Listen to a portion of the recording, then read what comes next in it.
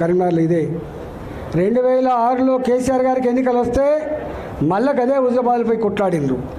ఇవాళ ఒక్కటి కాదు రెండు కాదు, తెలంగాణ వ్యాప్తంగా ఎక్కడ సాహసోపేతమైన ఉద్యమాలు జరిగినా ఆ సాహసోపేతమైన ఉద్యమాలలో పాల్గొన్న బిడ్డలు హుజరాబాద్ బిడ్డలు.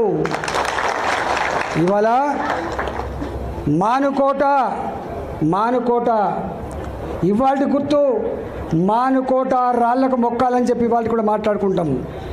మానుకోట రైల్వే స్టేషన్లో చిందిన రక్తం సాక్షిగా అనేక మంది ఉన్నారు. గా మానుకోటలో ఒక 200 మందో 300 మందో ఉద్యమానికి బయలుదేరితే అలా 150 మంది హుజరాబాద్ బిడ్డలు ఉన్నమాట వాస్తవం. సాయంత్రం పూట నేనే మాట్లాడినా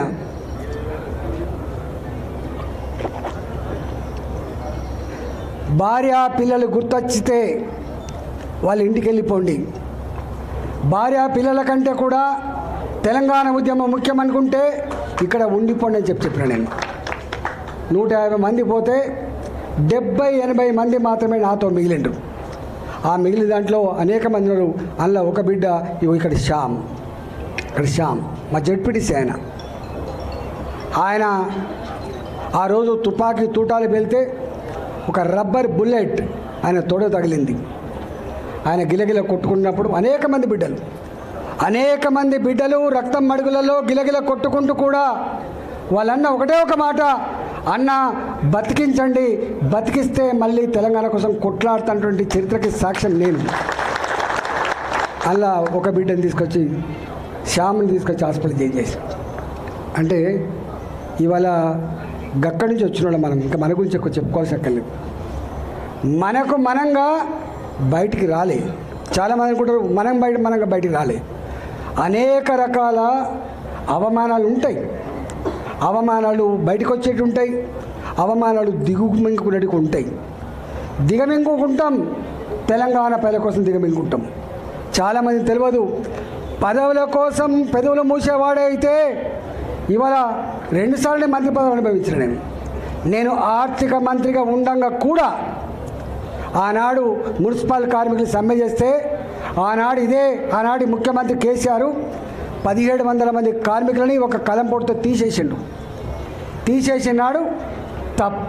తప్పుగా ఆకలితో ఉన్న వాళ్ళతో పెట్టుకునే ప్రయత్నం చేయొద్దని చెప్పి మంత్రిగా ఉండి కూడా చెప్పగలిగినోడు ఈటల గుర్తుపెట్టుకో. మళ్ళీ వాళ్ళకు అండగా ఉన్న 1700 మంది కార్మికుల్ని మళ్ళీ తీసుకునే చరిత్ర మీకు తెలుసు.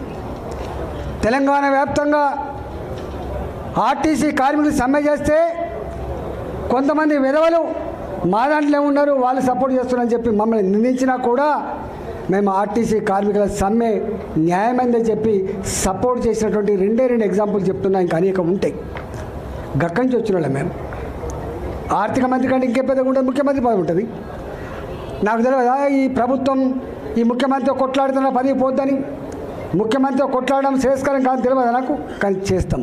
ఎందుకంటే మేము పెడుసు నుంచి వచ్చిన వాళ్ళం కాబట్టి, ఆత్మగౌరవం కోసం కొట్లాడిన వాళ్ళం కాబట్టి, అన్యాయాలకు అక్రమాలకు దుర్మార్గాలకు వ్యతిరేకంగా బరిగీసి కొట్లాడిన వాళ్ళం కాబట్టి, పదవుల కోసం పెదవులు మూసుకోవద్దు కాబట్టి, గక్కడ ఆ కల్చర్ గుండెల్లో పెట్టుకున్నాం కాబట్టి మేము కొట్లాడితే సరే ఆయనకి ఏమనిపించిందో మళ్ళీ తీసేసాను. 2021 తీసేసాను. 2021లో తీసేసిన తర్వాత వందల సంఖ్యలో ఆనాడు నాయకులు మొట్టమొదటి పోయినాడు 5 లక్షలకు అమ్ముడు పోవచ్చు, తర్వాత లాస్ట్కు 2 కోట్లకు కూడా అమ్ముడుపోయిన ఉండొచ్చు. కానీ డబ్బులకు నాయకులు అమ్ముడు పోయినప్పటికి కూడా, దళిత బంధు డీడీలు ఇచ్చినప్పటికి కూడా, గొర్రెలకు డబ్బులు ఇచ్చినప్పటికి కూడా దాదాపుగా ఆనాడు 6 నెలల కాలం పాటు దేశ చరిత్రలో ఎక్కడ కూడా గన్ని రోజుల పాటు ఎన్నికల ప్రచారం చేయడం సాధ్యం కాదు దేశ చరిత్రలో. కానీ సాధ్యమైంది కేవలం హుజరాబాద్కు మాత్రమే. 6 నెలలు కొట్లాడినాం. ఏప్రిల్ మాసంలో మనం రాజీనామా చేస్తే, ఏప్రిల్ మాసంలో మనం బయటకు వస్తే అక్టోబర్ మాసం వరకు కూడా ఎన్నికల వాతావరణం కొనుగోళ్ళు, ప్రలోభాలు, భయపెట్టించుడు, కేసులు పెట్టుడు ఎన్ని చేసిందో మీరు చూసిండు. చివరికి తెలంగాణ